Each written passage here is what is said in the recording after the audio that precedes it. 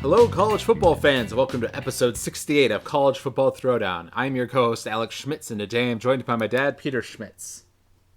Hello, Husker fans and college football. Yes, we are here today, a college football podcast by college football fans for college football fans.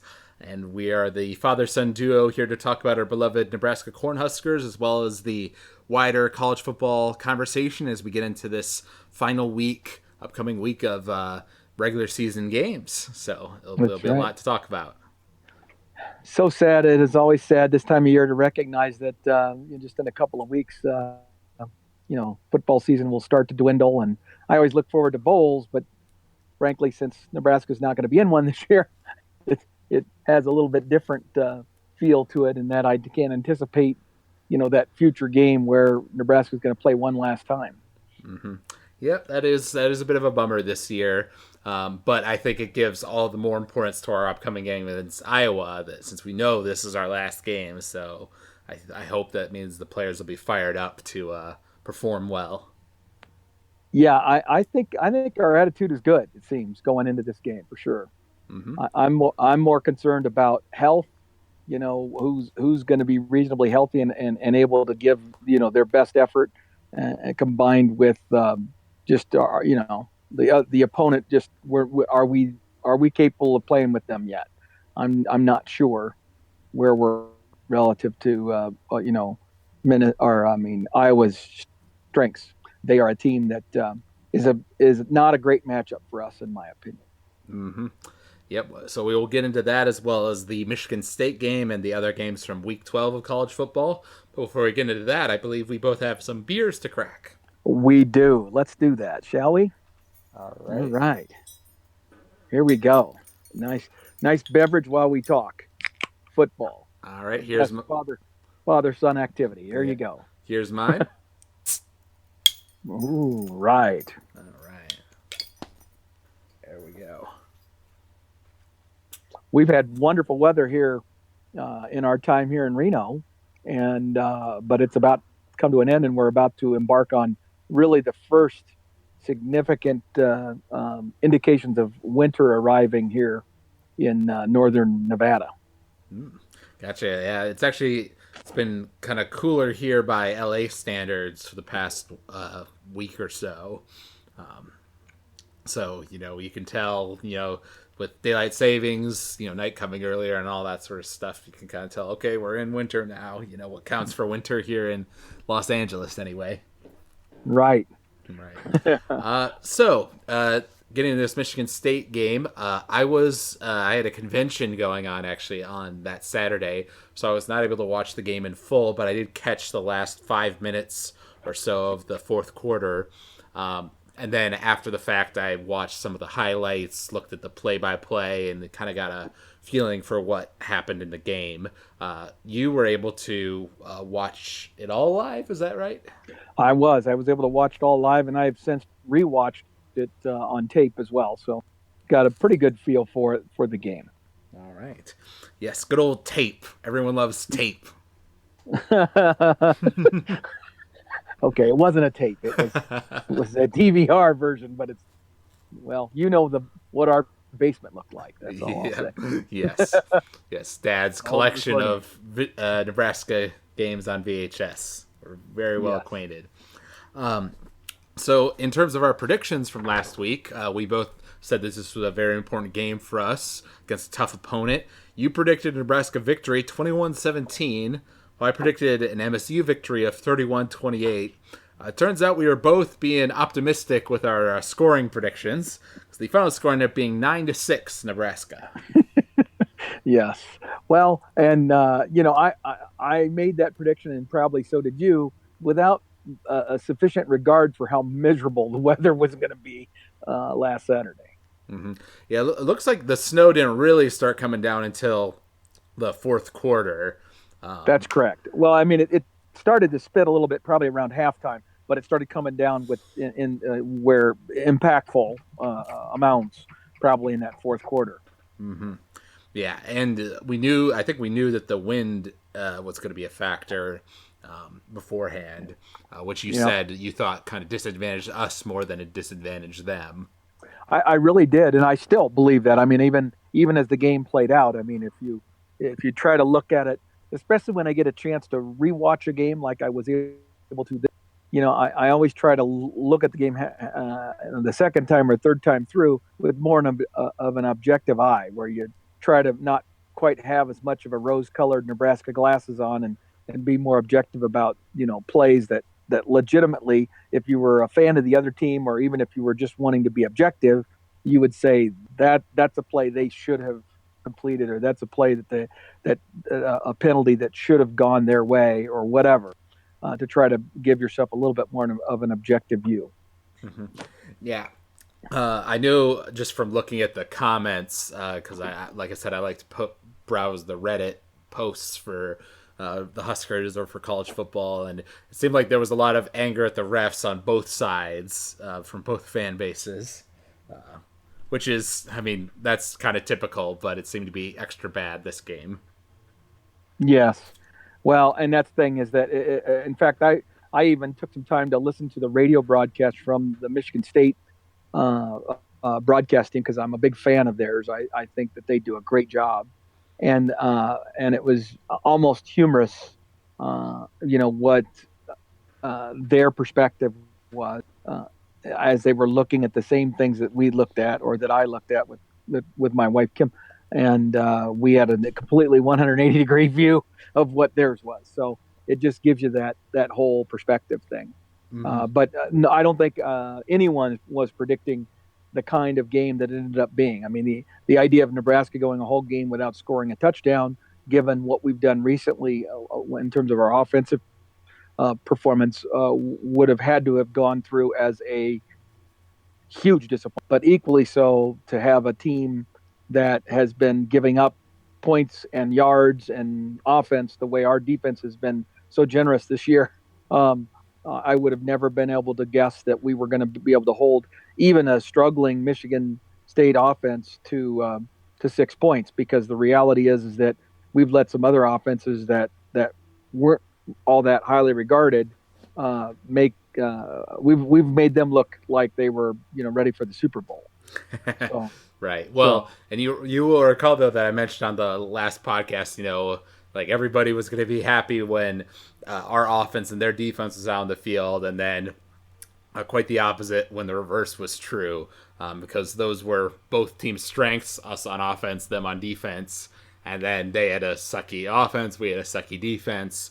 But as you said, the defense definitely stepped up their game, as well as the weather contributing to some mistakes by their offense. We were behind the whole game basically up until the fourth quarter, but the lead they had was so small that it was easy to come back. Correct. That's right. And they had a number of opportunities that they let slip through their fingers, literally. I mean, they really had trouble catching the football. A lot of some poor passes, but even more accurately dropped passes that were very catchable, where their guys just couldn't do it. Now, we also had some passes that were dropped, but probably more so inaccurate throws. So if I were to really put the top priorities of it up, I would say the biggest thing was Michigan State dropping passes that were very catchable, and then on Nebraska side, Adrian Martinez struggling with that wind and cold weather conditions, I think, caused him to overthrow and underthrow receivers that were open, and so I think Nebraska's offense was definitely working to the tune of much more than 9 points, and certainly Michigan State's offense was working to a higher degree than the 6 points reflect. And both of those sets of circumstances helped the defenses look better. Now, that doesn't mean that the defenses didn't play well. In fact, you'll be pleased to hear this little snippet that I believe, even though he had at least 2, maybe 3 pass interference penalties in the game, Lamar Jackson had his best game as a Cornhusker. Mm-hmm. Yeah, I know. Antonio Reed also had a great game. I did see the highlight Phenomenal. of him sacking the QB and knocking the ball right out of his hand. That was a beautiful tackle. I was going to get to Antonio Reed. Absolutely, you're dead on. Antonio Reed played the way you would have hoped he could play, meaning he was all over the field. He was striking people when he arrived. He arrived with purpose, and he was knocking people silly, and he was on top of his game in many ways. So just playing, I wish the way he would have played because we've known for some time that he had that kind of athleticism. I mean, you can go back to his freshman year and people talking about, his what do you want to call it? His athleticism, right? It just jumped out of practice, and people made comments about it from the time he was a young player. But he could just never quite put it all together. And even here as a senior, even though he's had quite a bit of playing experience, he's had injury troubles, which have kept him from being one of those guys that stayed all the time. But this was probably his most complete game. But for Lamar, I mean, they clearly had identified that Lamar was a guy they were going to attack. They were going to pick on him because they kept throwing to Lamar. I mean, different receivers, but always to Lamar. And yet they found ways to take whatever matchup he had and throw the ball his way. So that was not a coincidence. I'm convinced that Michigan State had identified that as a weakness, and I thought Lamar did very well. I thought some of his defensive positioning was outstanding, as good as I've seen him play. Yet he was guilty at least of one pass interference penalty, but the second one that I'm thinking of right now, he absolutely was not guilty of pass interference. It was a horrible call, and there were the refereeing's a whole other subject, which we can maybe get to a little later. But overall, the game was just because of conditions. It was played in a box. Both offenses had to really shrink what they wanted to do, and Nebraska being without the services of J.D. Spielman, which was kind of a game time decision.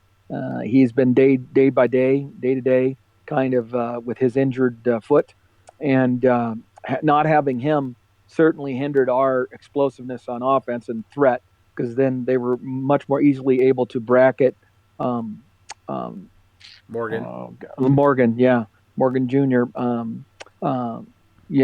During the game, although he was still wide open. The most obvious, touchdown play was a play in which it was probably about a 30-yard pass or so, and Morgan had beat his guy by at least a full 2 steps, and all Adrian has to do is just drop it in his hands, and he's into the end zone, and he overthrows him. Mm-hmm. And that was one of the tough things with that wind. I mean, there were times where, punts, they would literally go up in the air and pretty much stop. You would see the field goals that did get kicked. I mean, you would watch that ball literally move back and forth depending on the wind, because the wind was kind of swirling around down in the stadium, and it was crazy. So, all these sideways passes, which are one of the basics, they're like the fullback dive of our offense. When you're throwing the ball sideways, it just didn't work worth a damn. Mm-hmm.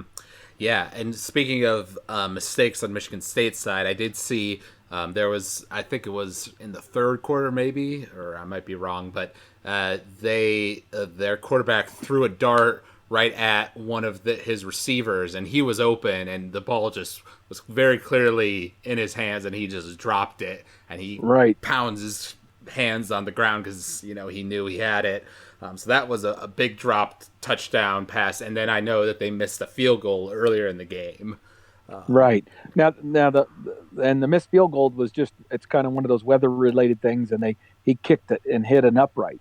It was and they had just had a personal foul penalty that moved them back 15 yards. So if that personal foul penalty doesn't happen, and we still end up, everything else occurs the way it actually occurred, and they end up being forced to kick, but they're kicking 15 yards closer to the goalpost, then that kick is easily inside of those uprights. So they were their own worst enemy. I would say they had at least a half a dozen passes where the ball was perfectly thrown and Michigan State receivers simply dropped it, particularly their tight end. Their tight end probably had 3, maybe 4 of those. So that was a real struggle for them. Now their quarterback wasn't on all the time either. He had some passes where guys were open and he miss threw the football and was behind him or down in the dirt or whatever. And Adrian definitely struggled.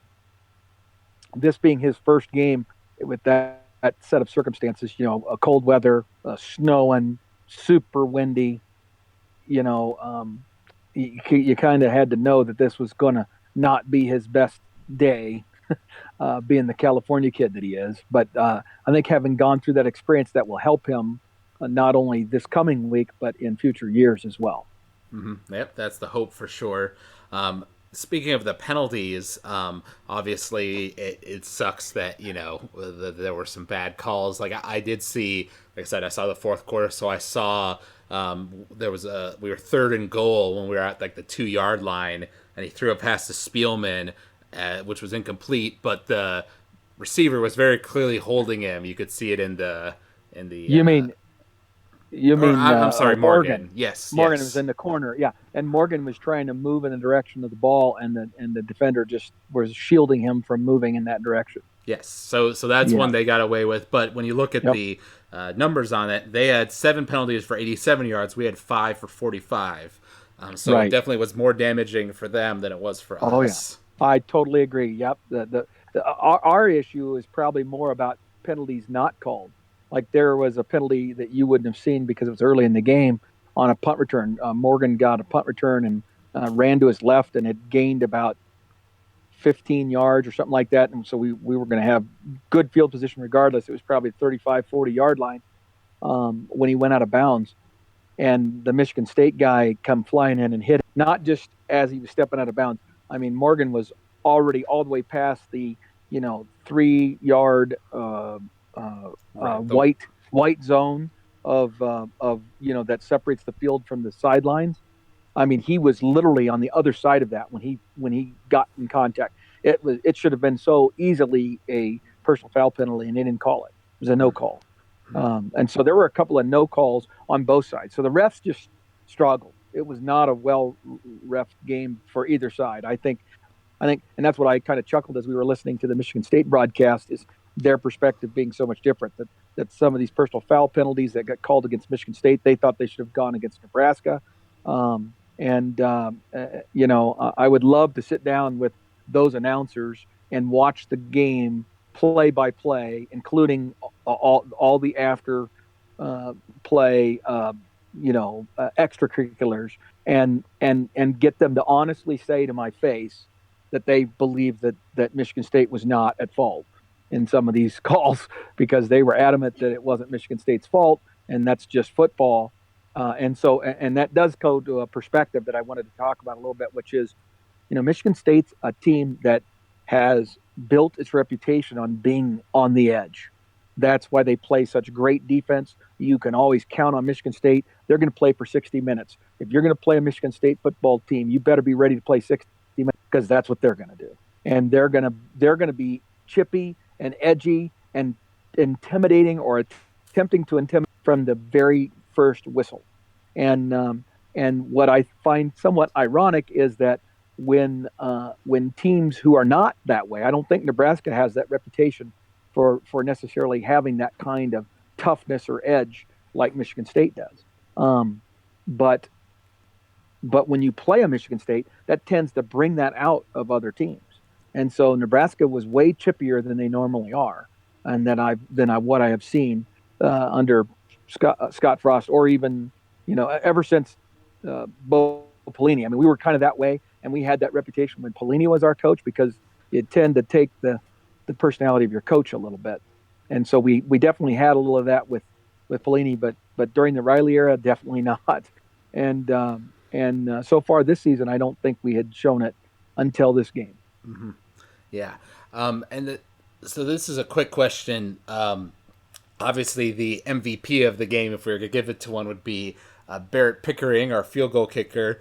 Is he the same field goal kicker we've had the whole season? Yes. Now, here's the thing. Here's the thing about him is that he missed some extra points early in the season. He missed some field goals, and still hasn't necessarily demonstrated his ability to have the kind of leg strength that you would want in a Division I football field goal kicker. But after a rough start, he has made like 7 or 8 field goals in a row, including the 3 that he made. He was 3 for 3 in this game, and obviously that was the game winner. So he's really turned it around, and I think he's like 12 of 16 now in field goals. Has had ended up with a pretty good year from a and he's only a freshman. So he started to do some more kicking on the kickoffs. He doesn't have as strong as the young man we had kicking off early in the year, but after his struggles, whiffing on the kick at Ohio State, or the onside kick, if you want to call it that, whatever it was, he has kind of fallen into a little bit of a mental funk. I think they're hoping that they can rebuild his confidence in the off season. But bottom line is our both our punter and kicker had great games overall.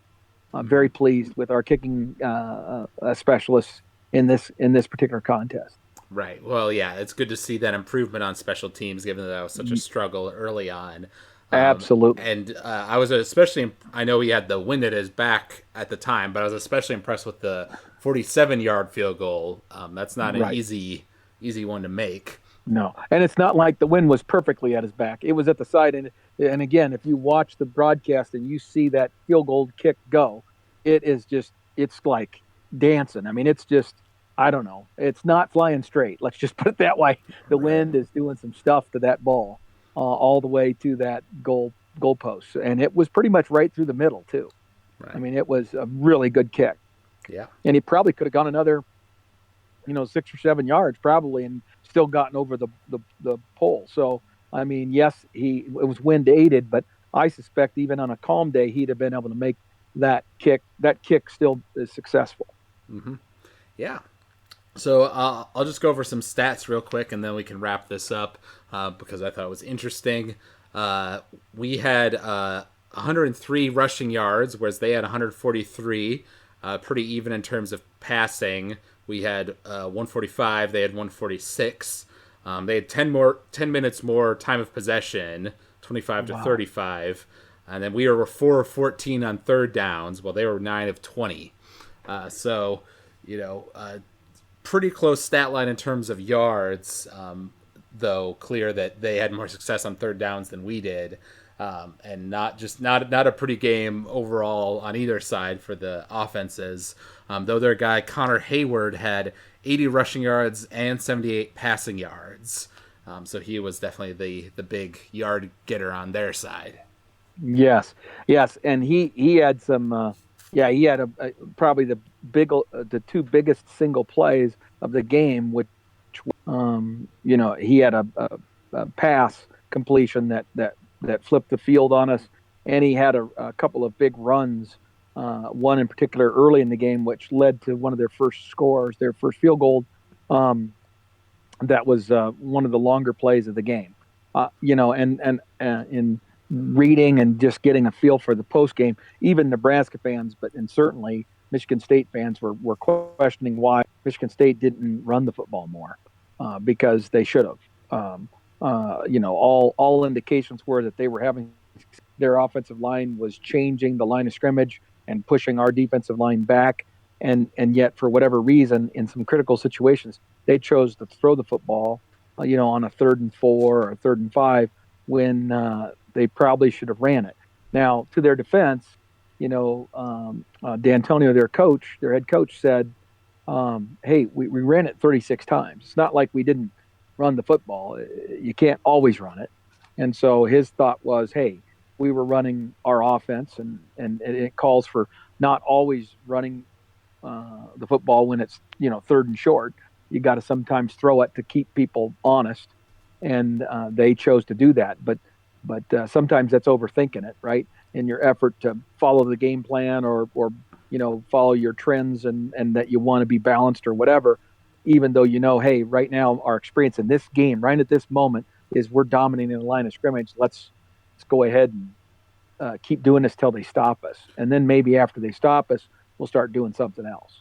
Right. Well, yeah, two little notes on that. I have here that they ran it 38 times and threw it 41 times. So they did throw it a little Yeah, more than they passed or they ran it. And I remember right. that the announcers said in the fourth quarter that they have some sort of like, I think it was like a 15-game winning streak when they had at least 35 rushing attempts in a game. So Correct. basically, Yep. when they've had that much, when they've been able to run it that much on a team, that they've always been able to close it out, basically. But not this Right. time. Not this time. Yep. That's right. So Uh, that's a big deal. And my summary would be this was a big win for Nebraska. Not only because you're playing a Michigan State team that you know is perceived as being a good football team, but also that they were able to win it the way they won it. I think that's really important for this young defense and this set of coaches to be able to have a place to point to and say, hey, there's another marker of progress of improvement for this young football team. Because as we start obviously focus on next year and what we can hopefully become, our defense is going to have to get a lot better, or we're going to end up being a middling 500 type club again next year. We need to be better, or we're not. We're not going to see the win loss record is not going to be a whole lot different than about a 500-ish type of record. mm-hmm. Yeah, no, I agree with that. And, we said before the Illinois game, like, that these last three games were important, and Michigan State is the highest ranked team we had left on our schedule. So we knew this Mm-hmm. one was going to be a tough one, but an important one. And sure enough, here we are. We've beaten Illinois and we've beat Michigan State. So if we could find a way to go into Iowa and close out the season with this win streak, I think that would do great stuff for our team's confidence and recruiting and all that other stuff, perceptions of the team going into the off season. Absolutely. I think it's big for recruiting. I think we've already established some positive from this season that we'll be able to take from the season and move forward for our team to focus on and to say, hey, we're moving in the right direction, win or lose. I think that's good. Heck, even I saw an analysis of this upcoming game against Iowa, and they talked about even a close loss for Nebraska might be there might be some positives that Nebraska could take out of it, because it doesn't impact our legitimate chance at a bowl game, things of that nature. So there's nothing but good things that can happen if we go to Iowa City and play well. Mm-hmm. Yep, that's definitely true. So moving on to the Week 12 of college football. The other game that we gave predictions for was Notre Dame and Syracuse. Both of us predicted a Notre Dame victory. I said 42 to 24. Well, you said 31 to 28. And the final score ended up being 36 to 3. So a little more lopsided than either of us were expecting. Yeah, and Notre Dame jumped out and basically won that game early. I mean, it was like 21 to nothing or 24 to nothing before you could blink your eyes. So they really they did a number on Syracuse. Syracuse was never really in that game. Mm-hmm. Very true. But of course, as it usually happens when there's a week with kind of lesser, perceived to be less interesting games, like good teams fighting worse teams, not as many top 25 matchups. There's always some shakeups there, and we got one with Ohio State and Maryland playing into overtime, with Maryland losing on their attempted 2-point conversion, 52-51. Oh. Yeah, and I don't know if you saw any highlights from the game, but the dude was open too, and the quarterback kind of missed through it. He just yep. Well, I don't know if that guy was supposed to stand there or whether he was supposed to slide. Obviously, the quarterback thought and expected he was going to slide, and he didn't. But he was open regardless. And yeah, if they connect, then Maryland wins that football game, and it's just classic. In terms of the week before the big rivalry game, teams tend to look ahead. It's late in the season. It's a difficult deal, right? And so that's tough. And I don't know. I just think that Ohio State has always this whole season's been a little shaky for them. So I don't know what to expect. I mean, they could be waiting in the weeds and ready to just have the game of their lives next week and play out of their minds and beat Michigan like they have in recent past years, or I could see them being kind of flaky like they've been most of the season.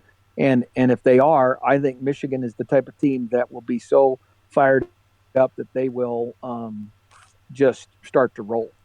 And then this ends up not even being a contest this coming weekend. So it's just really interesting to see how that dynamic happens with those guys. Mm-hmm. Yeah. Yep. What do you think of these rumors that Urban Meyer might not come back after this season? I think that's crap. I don't think there's any legitimacy to them whatsoever. I think it's just that this has been a very stressful year for Urban, and he's a guy that tends to wear his emotions on his sleeve. So his sideline demeanor shows his stress. It's very demonstrative. He's clearly struggling this year with what he's seeing on the field, but I think it's total crap. I think he's fine. I think all the questions about his health and stuff, though, they had to come up with some kind of an excuse to justify the fact that he lied or he did not tell the whole truth to key people. Not that he lied to the media. That is in and of itself not a good thing, but that's not the reason they needed to cover for him. It was the fact that there are procedures that he needs to follow within his contract with the university, and from a personnel standpoint, that he clearly did not follow with his assistant coach. And the only way that they could kind of play that off was to say that, well, there are some times when he has trouble with memory, and so they had to build all that up, right? And so that's where all that came from, in my opinion. So I just think that it's all baked. It's all baked to explain stuff. And now what you're seeing on the sidelines is real. He is stressed out. He is absolutely. This is not going to go down as one of his most enjoyable seasons as a head football coach, no doubt in my mind. But I think it all cleans up in the wash. The reality is they still have a great recruiting class. They're a young, talented team, and next year is going to be a better year for Ohio State. This is Michigan's peak year. I can anticipate Michigan, because of the talent they're going to be losing, even though they're recruiting ridiculously well too, and going to have another top 10 class and just reload. But their talent's going to be the young talent next year. They're going to have a lot of really talented players that'll probably be leaving for the NFL because they're seniors or because they're undergraduates who are eligible to go to the NFL. Mm-hmm. Yeah. Another little coaching thing that ties in here is Oklahoma played Kansas, won 55-40. A good of Kansas that they put up 40 points on Oklahoma, I would say. But it's been confirmed that Les Miles is going to be their next head coach. Great pickup for Kansas. I think they could not have done better for KU to get Les Miles. I mean, I know some people are questioning the hire just because Les is a guy who's, number one, he's like 65 or 66 years old. And so the question is how much is left in his tank, a little bit like the Mike Riley hire at Nebraska, where people questioned whether Mike Riley was just taking a final paycheck and a nice little gift into retirement, or whether he's a good fit. Now, the difference is Mike Riley never had any collegiate success that he could really point to. Les Miles has won a national championship. His reputation is outstanding within the coaching circles. He is a Bo Schembechler product, so he's got a lot of things going his way, and so I think he's going to be able to draw a lot of outstanding coaches to his staff, young coaches as well as older coaches. He's always been a phenomenal recruiter, and so and that's a priority for him. everywhere he's been, he's recruited well. So I will be shocked if he doesn't end up having some great success with recruiting and enhancing Kansas. Now, historically, he hasn't been a great offensive mind, but he wins with talent. Is how he's been. When he's been successful, it's because he's had talent. He's been able to recruit talent. Well, maybe 5 years from now, when he turns 70 years old, he's not getting it done at Kansas, but he's stocked the shelves with some really talented players. And then somebody comes in behind him, whether it's one of his assistants who rises up as he retires and walks out the door with handshakes and kisses on the cheek, or whether they acknowledge that the experiment has failed after 4 or 5 years. But in the meantime, they've put together some real. And so then the guy who comes in after him will be able to take, Kansas to a higher level. But I just don't see how this can be a bad thing unless they're paying him too much. And I don't know any details of that. But I just think it was a really good job. And let's go back to the game. It's a problem for Oklahoma that they're giving 40 points up against Kansas. That obviously, I don't care what you say, that's not the game that Oklahoma needs to be playing against one of the worst teams in Power 5 football. You've got to do better than that if you think you're legitimately a competitor in the for the Final Four, right? And yet there they are, still number 6. Mm-hmm. Right. See, to me, the whole premise and objectives of the committee, the college football committee, need to be reevaluated if they're not looking at that sort of stuff. So that's just one of a few things. Right. But remember how I brought up last week, how the committee was probably taking into account, Ohio State, having just one loss, but also having, close games against a 4-7 Nebraska team, right. And the fact that they had struggled in some of these games. And we haven't talked about it yet, but they dropped behind UCF this in the rankings, right. partially because UCF won against Cincinnati, a good team, but also because Ohio State almost lost to a bad Maryland team. Right. So where is that negative, having an impact reaction on Oklahoma? And maybe I'm wrong. Maybe they weren't they? They were 6th last week, so they didn't drop. Right. The top 8 stayed the same. Yeah. So I mean, and that's not the first Oklahoma close call. Mm-hmm. I mean, keep in mind they went into the last play kind of thing with Oklahoma State, and the week before. I mean, it's just at what point do you begin to say, okay, maybe this team just isn't quite to the level of these other teams? Right. And late in the season like this, you better start reflecting, and I know that the committee is going to look at it and say, hey, Oklahoma is it still has the games in front of them. They'll be on their own. They'll determine it on their own because they're going to have to win out, including winning their conference championship if they want to be in the discussion. And I get that. But then what do you do when something weird happens, like Georgia beating Alabama in the conference championship game, or something unexpected? Then what do you?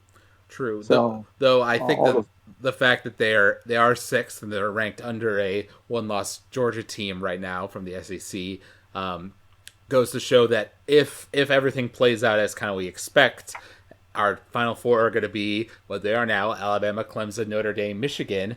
And Oklahoma's going to be left out because they've had these close games and because their strength of schedule wasn't as good, and they will be punished just like that. Now, I'm going to tell you I disagree that they've been punished enough, or that they're not punished, but that their ranking within that college football playoff should reflect the kind of season that they've had. And anyway, I just think that sometimes they don't do that.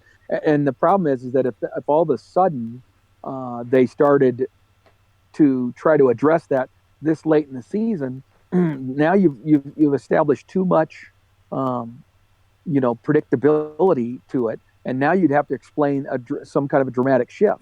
Like if they wanted to really do the right thing, maybe somebody other than Oklahoma should be up there. Maybe it should be Washington State, right? So maybe, though I think they've had some close calls as well. But another interesting game in the Big 12, this was the actual big upset, was that Oklahoma State beat West Virginia 45-41. Oklahoma State's been playing all the top teams in the conference close, so I kind of had this pegged as an important game.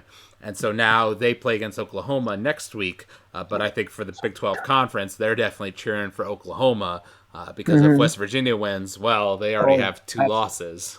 Absolutely, yep. Then things are all a problem then for the Big 12. I mean, they're not getting into the playoff under almost any circumstance then. Yep. So Oklahoma will definitely be the favorite of the Big 12 commissioner next week. Absolutely, and probably the referees too, if it's anything like the Big 12 of old. Maybe. We mentioned UCF beat Cincinnati 38-13, and they moved up to number 9 in the playoff rankings, which is good for them. That is good for them. Yep. Texas did beat Iowa State 24-10. And that's a big win for Texas. Yep. Dodged that bullet there. And then this is interesting. Boston College, who is ranked 20th, lost to Florida State 21-22. Which in a normal year you wouldn't necessarily consider that an upset, but because Florida State's kind of had a down year, that is an upset. So that's an interesting one. Well, it's an indication of the fact that Florida State's starting to turn the corner. Everybody was ready to hang this new coach out to dry, thinking that he doesn't got it going. But sometimes you got to give a new coach a little bit of time. It's just like Nebraska and Scott Frost. I mean, we were lucky in that generally our fan base and our local media was prepared to be patient with Scott, and that was the general tenor of commentary across the country. Even, I mean, there had been so much talk about the fact that it was going to be a tough transition that when we struggled early, people were like, yeah, that's kind of expected. But now Florida State, different story. Florida State had a situation. They had a lot of talent. And it's never been a talent issue with Florida State. So, a new coach comes in and the expectation still is, hey, you got the talent. You should be able to win a lot of games. Well, sometimes it takes time for a team to become a team, regardless of how much talent they have. And this new coach is recruiting lights out. And Florida State's going to be back in the thick of things real quick. Clemson better enjoy stuff while they can, because I believe Florida State's going to be back. Now, maybe I'm wrong. Maybe this coach will never get it together. Maybe he is a goofball as a coach. But there's one thing you can't deny, which is that he is a hell of a recruiter. Everywhere he's been, he's recruited lights out. Mm-hmm. Yep. Well, and that's the sort of thing that takes time to bear fruit, but once it does, you can see good results. So we'll have to monitor how that goes. Well, and that's what's so important for us. Because unlike a Florida State or an Oregon or somebody who's got a very clear advantage to sell, whether it's good weather, proximity to recruits, or every bell and whistle under the sun, like in Oregon, or under the rain, as it might be in Eugene, the fact is that if you don't have one of those kind of built-in recruiting advantages, then at a place like Nebraska, you got to build it with success. What will breed more access to the top level of recruits is us having success. And so we're at that point now. We've benefited from the honeymoon, and if we were to win this game coming up, which we're going to talk about next, Iowa, that's why that's so important from a recruiting standpoint, because now for Nebraska, it's all about building on that success. Mm-hmm. Yep, building on that success for sure. So now we can talk about the Week 13, because this is rivalry week. All sorts of classic matchups here. An important one for UCF is playing against their rival South Florida, which, as you recall, last year was a crazy shootout, down to the wire game. I know South Florida isn't as good this year as they seemed to be last year, but you can never count out those rivalry games. Right. But it will be a shootout again, no doubt about it. Mm-hmm. Yeah, well, that's just kind of how those teams operate. Right. Then we've got, obviously, Michigan, Ohio State, the Classic, which we've talked about. Oklahoma, West Virginia, which we've mentioned. Washington State, Washington, which is very important for Washington State, keeping their playoff hopes alive to win that game. USC, Notre Dame. Yep, another classic one. Auburn, Alabama, obviously, the Iron Bowl. Florida, Florida State. Speaking of Florida State, that'd be another way for them to show some improvement. Oh, what a huge statement that would be if Florida State made things interesting with Florida. Because Florida has kind of flown under the radar. They're like right on the edge of top 10, if I remember correctly. And yet, that's a first-year head coach that came into a situation that, wasn't ideal and has really done very, very well, quietly done very, very, very well. And I think Florida's future is very bright as well. I think you're going to see all the Florida schools reemerge as significant players here in the near future. Yeah, you're right. They're 8-3 right now, but they are ranked 11th in the latest playoff ranking. Yeah. So yeah, they're definitely a threat. And then this is one that's interesting: LSU and Texas A&M. Not a game that LSU should win, but definitely not a pushover game. So that one could be interesting too. And that's at Texas A&M? I'll have to look that up here. Okay, that's sure. All right. I don't know either. So, but yeah, that could be an interesting game just because those are two very tradition-rich and prideful programs. Like you say, I think LSU is the team that should win that game in that matchup. But again, you're talking about A&M's got their new coach, the old Florida State coach, and he's starting to turn things around there with his offense. He just needs more time to recruit. Speaking again about the power of recruiting, there's two teams that know how to put talent on the field. Mm-hmm. Yeah, so I just looked up. You're right. It is at Texas A&M, so that will be a benefit for them. You bet. And speaking of which, we have with the Ohio State Michigan game. Obviously, I would put Michigan as the favorite this year because of Ohio State's kind of struggles and inconsistencies. But it is at Ohio State. So how do you think that plays a factor? I think it plays a factor. Absolutely. I think that this if handled properly, this whole struggle and difficult media year for Ohio State could all be bundled up and packaged into a nice little Christmas present for and just unload a pack of craziness on the Wolverine. I mean, I could see if they manage the psyche of this team properly, that I could see Coach Urban Meyer and Ohio State just coming out and playing with nothing to lose. It's senior day. We're the underdog. We're supposed to lose. They're coming into our house. We've had a tough season, and let's all our pent up frustrations and energy. Let's just go out there and kick ass. Okay. And then they finally rise up and play as a team and play to their potential, which enormous talent. They've got two outstanding running backs who really haven't shown much this year. And that's mostly because their offensive line hasn't been up to their standard. But that could all come together for Ohio State. I don't think it's I believe the more likely scenario is that Michigan State is going to come in with Michigan with their very, very outstanding defense, and they're going to slow Ohio State down to a crawl. And then Michigan's offense, which isn't all that prolific or outstanding, but has become more in recent weeks, is really going to begin to show itself. Mm-hmm. And the athletic ability of that quarterback is going to help. And then Michigan ends up winning by like 14 points or something like that, maybe 17 points. Comfortable win, not a close one. I think if it gets close, I think Michigan chokes, frankly. I think Michigan's got more to lose here than Ohio State. I think Ohio State at this point has been beat up by the media and by everyone so much this year that they're almost immune to it at this point. And so the pressure's off of Ohio State. Everybody expects Ohio State to lose this game.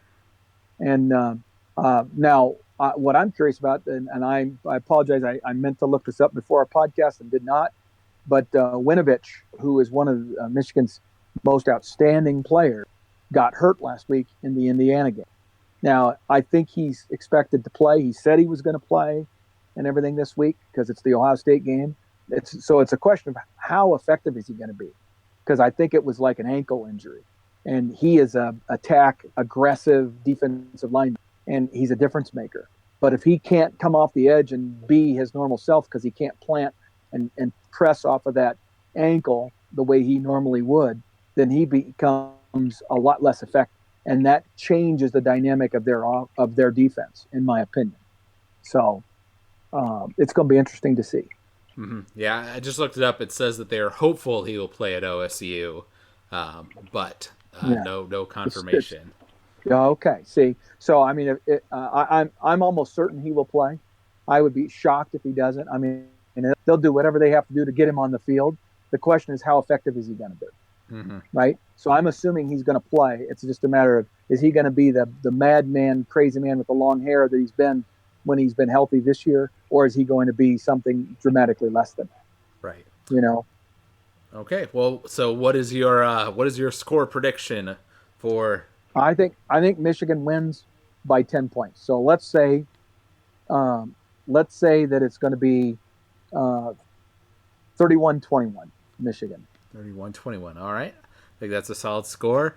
I'm going to go ahead and say I'm going to predict 28 OSU and let's say 42 Michigan. Let's go with that. Wow, you're anticipating a blowout.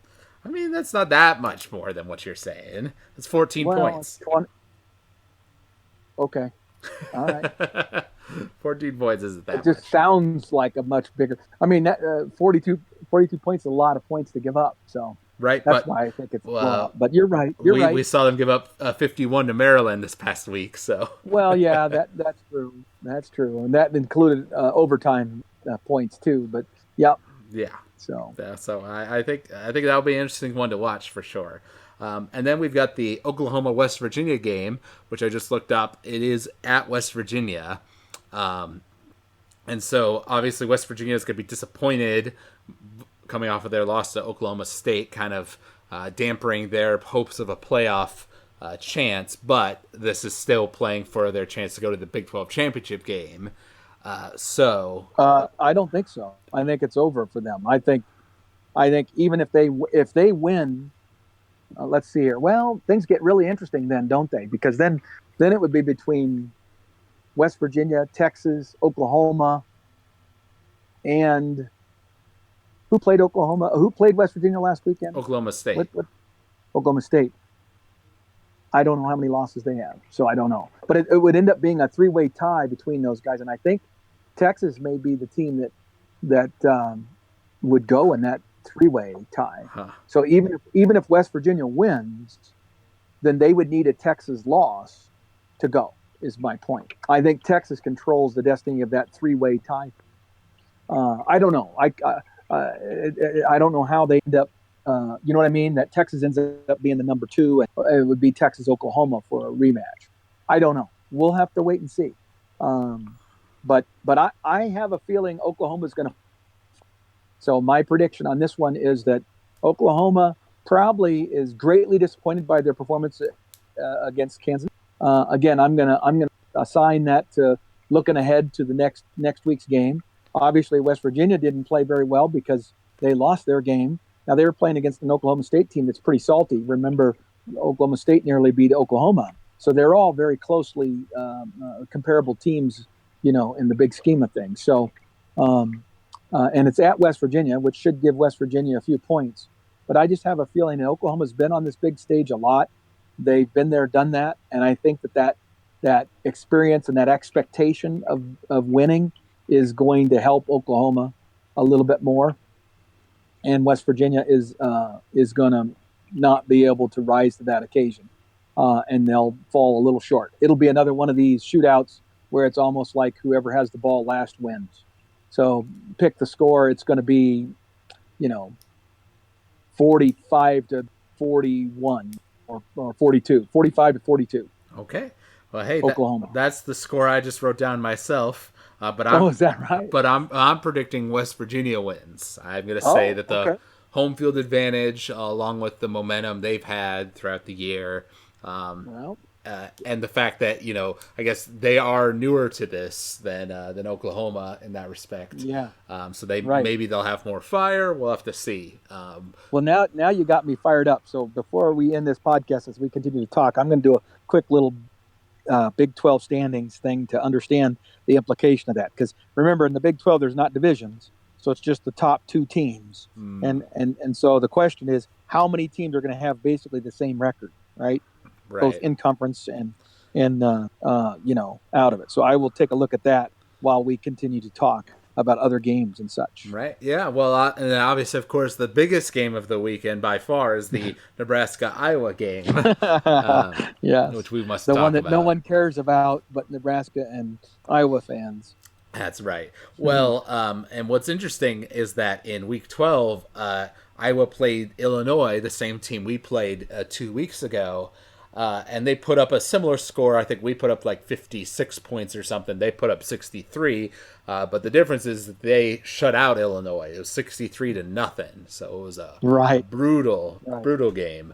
Right. Now, a couple of things about that. Okay, you gotta look inside the numbers a little bit and recognize that Illinois. Let's see here. Illinois did not have their premier running back for the game against Iowa, and you take that outstanding running back out of the Nebraska game, which we did because he got hurt during then their ability to move the football and score against us diminished quite significantly. That's when we were able to create separation from them, is right after he went out of the game. Even though his backup came in and did very, very admirably, continued to have success. I'm not saying we shut them down after that or anything, but that he was a big part of it. And without that threat, the defense's ability to focus in on because clearly in the Nebraska game, A.J. Bush showed himself to not being a complete quarterback. He's a great runner, very athletic, can make an occasional good throw, but if you make him into a passer, you're going to kill him. It's going to be a domination, which it was. The other thing you got to remember is that they had, I believe, a kickoff or punt return for a touchdown. They had a defensive score, so there's 14 points. Plus, I think they had another turnover or two. So Illinois gifted Iowa about 21 easy points. So take that 63 and subtract 21, and what do you have? Now you have more of a dominating victory, but not the eye-opening 63 number. Right. So don't get overly psyched by that particular offensive output in terms of points, and recognize that the thing that makes Iowa, in my opinion, such a bad matchup for Nebraska is their defense is outstanding. As good, maybe in some respects, better than Michigan, especially along the defensive line. Their defensive line is 6'6", 6'7", 6'6". So they're going to have their hands in the air. And if you'll remember against Michigan State, well, you didn't watch the whole game. One of the things that was apparent that Adrian Martinez is susceptible to balls being tipped and knocked down by hands. Michigan State probably got on 4 or 5 balls of Adrian's, because in our offense, where we're throwing the ball a lot and we're throwing a lot of slants and things like that, you've got big, tall, large-bodied defensive linemen who get their hands up, and they do it at Iowa. They're going to knock some balls down and tip some balls that end up getting. And so that really helps their defense. It's swarming, it's attacking, and they're anticipating tipped balls. I guarantee you they're practicing a ton on that.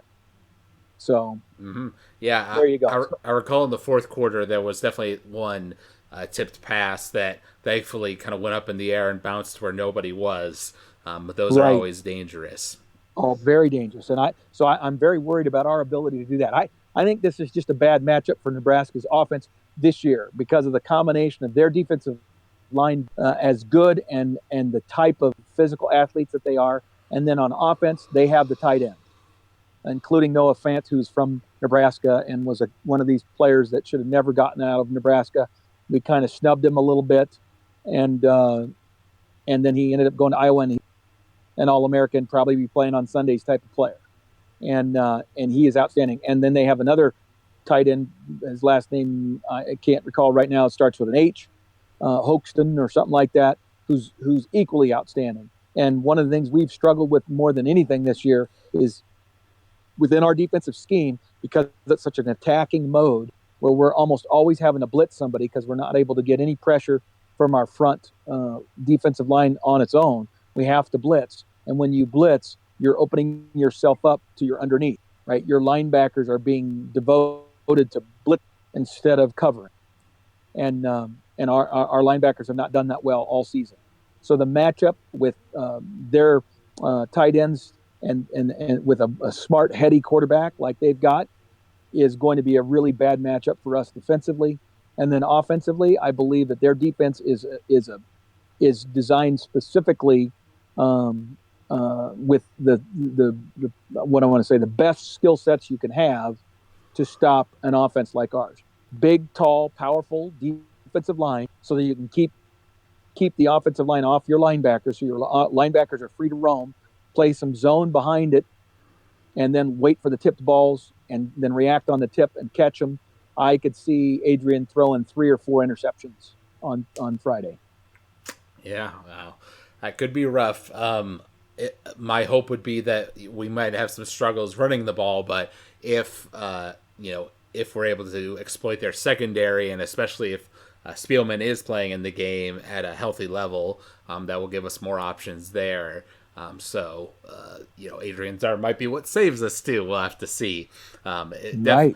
Just from the bit I was watching of the Michigan State game, it definitely was frustrating to see how often they just stuffed Ozigbo and our runners.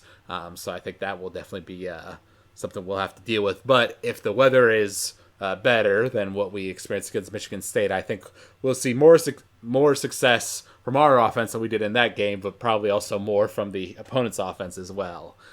So it's going to be an interesting game for sure. Plus, being played at Iowa, we've had a lot of these important games for us be at home. This one's going to be away, so that'll be a good final test for this team, I think. Yes, I agree. And I'm not saying we have no chance to win. And it will be a big challenge for Scott Frost and the coaches to come up with a game plan on a short week that is significantly different enough to create some confusion for Iowa. Because Iowa's a team, they don't do a lot. They don't change a lot. They're such an established coaching staff and such an established program that they pretty much know that if they do the things that they coach and that they've been coaching for years and years and years, that they'll have success. So you don't necessarily see them changing dramatically what they do from one week to the next. What you will see with them is this is the last game of the year. It's a rivalry game. He'll never admit it, but Kirk Ferentz, ever since we've joined the Big Ten, has made this game a priority, and it means more to him, even though he would never publicly admit that. I believe that to be because he's been withholding some stuff.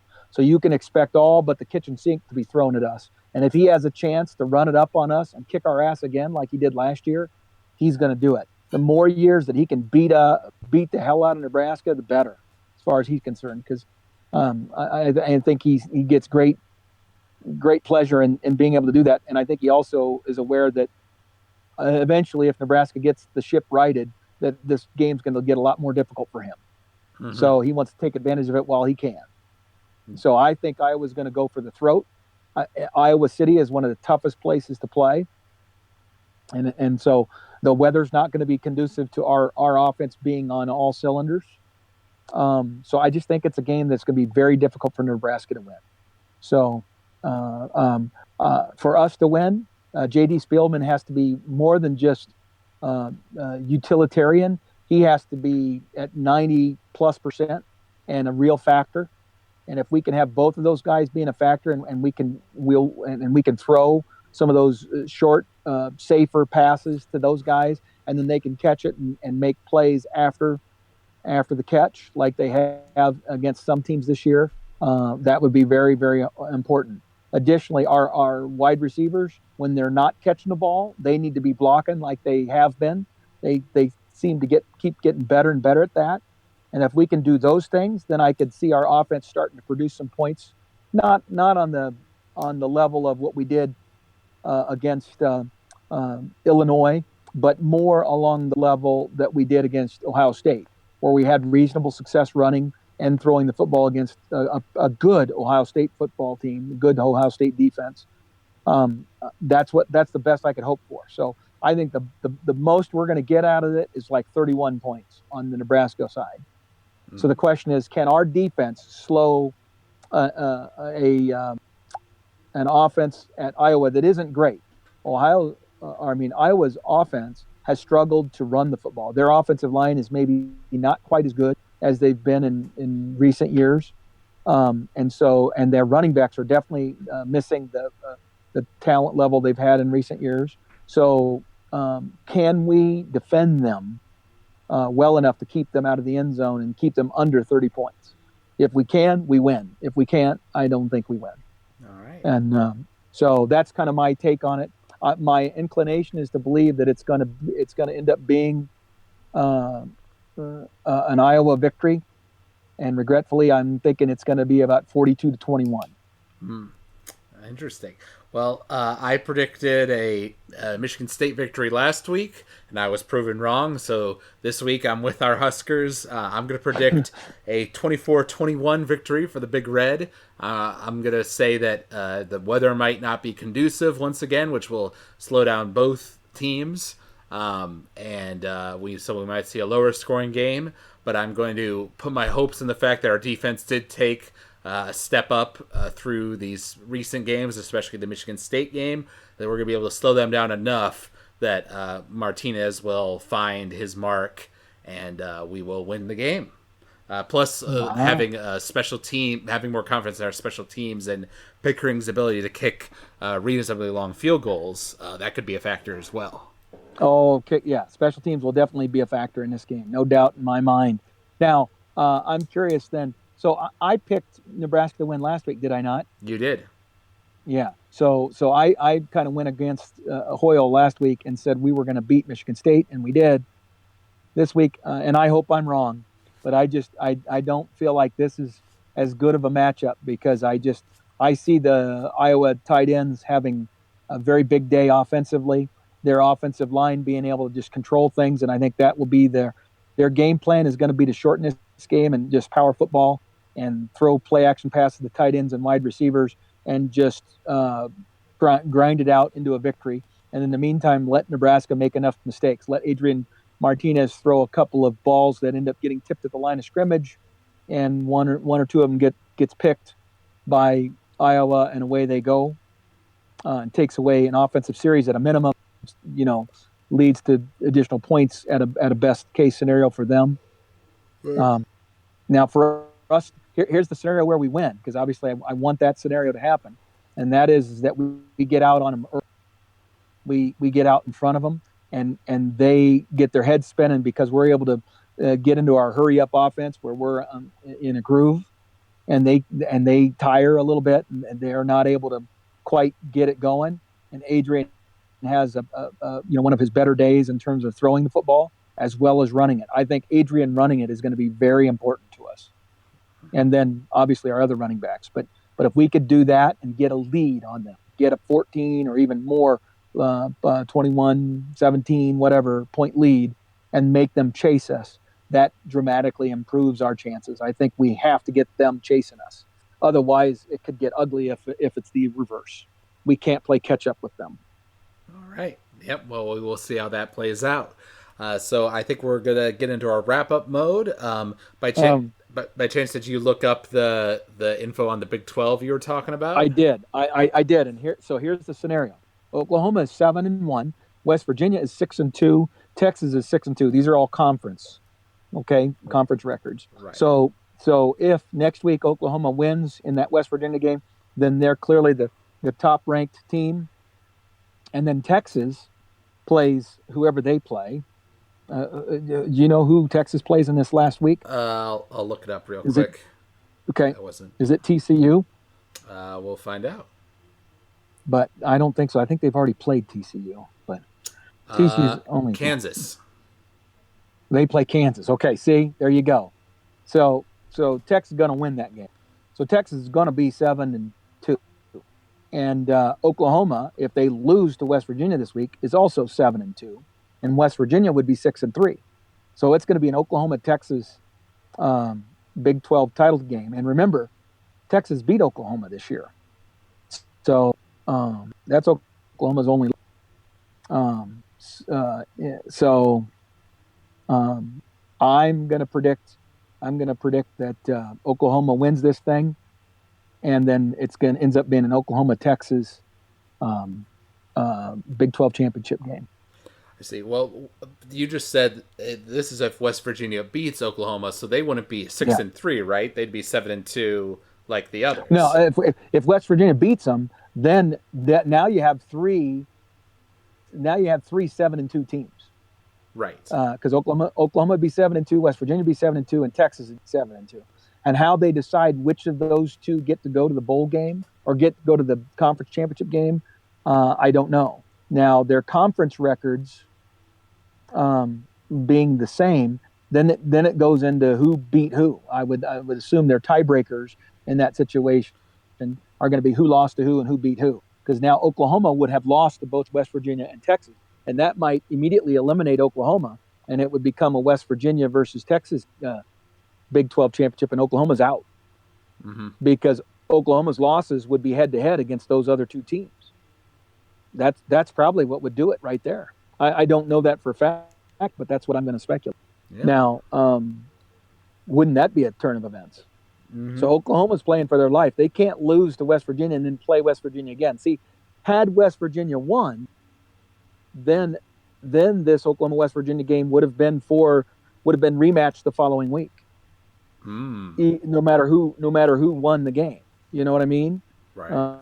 So now that West Virginia lost this past week to Oklahoma State, that has completely opened the door for Texas. Texas has just got to take care of business in a game against Kansas, and they're in most likely, because they're either in with playing West Virginia if West Virginia beats Oklahoma, and they're in if against Oklahoma if Oklahoma beats West Virginia. So there you go.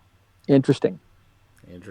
All right. Yeah, there'll be some conversation about that for sure. Yeah. So, all right. Cool. Well, yeah, we'll have to see how all these games play out. Obviously, we'll be here next week to discuss how the Nebraska game went and the rivalry games. Even though Nebraska will not be playing in a bowl game, we'll continue to do podcasts talking about the championship games and the build up to the national championship, or the playoff, I should say. What bowl games are announced, etc. So there's still some excitement to look forward to. Absolutely. Well, and it's really great. Like Coach Frost has already talked about, they're going to start our winter conditioning is going to start a week after this game's over. So basically, he's going to give the team a week off, is all he's giving them, and then they're going to lift and start their workout routine for about a week before Christmas, just so that they can get those guys in the mode of working out and get them feeling, getting them a feel for what their winter conditioning is going to be like before they even go home for Christmas break. Because last time they had such a long period of time before they could get started with winter conditioning that they felt like they were kind of behind the eight ball. This year they want to get a jump on it, especially knowing that they're not going to be going to a bowl game. Mm-hmm. Yep. So there are some advantages to that. There really are. I mean, people being able to get healthy, and so just having some positive momentum. Man, if we could ruin Iowa's. See, I mean, this is big for Iowa, because Iowa, if they win, they're probably going to a really nice bowl game, and they will have 3 in a row against us, and 4 of the last 5 and all that. But if we beat them, and this is a Nebraska team that's rebuilding and isn't expected to win this game. I mean, at this point, the spread is more than 10 points. It's like 11 or 11-5 or something. It's grown from 7 to like 10 or whatever. So it's unusual how much money's being invested on Iowa. People think Iowa's going to win. Interesting. I'm curious, do you know what the spread was with the Michigan State game? The Michigan State game was, I think, it was like 6 or 6.5, and it shrunk as the week approached, as the game approached, which meant that money was being invested in Nebraska,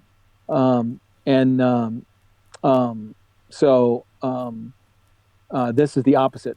Most people are betting on Iowa in this game. Yeah, well, we'll see if Vegas is right on that one. Exactly. Yeah. Exactly. All right. Let's hope they're not. Yep. Okay. So if you out there enjoyed listening to this podcast, you can find us online. If you search College Football Throwdown on iTunes, you can find us there. Leave us ratings and reviews. Or you can search for us on the Apple Podcast app and find us there. We're also on Podomatic. Footballthrowdown.podomatic.com is where you can go to leave a comment or a review about our podcast. We always like hearing constructive criticism from the fans. So thank you out there for listening to this episode. And until next week, go Big Red. Go Big Red.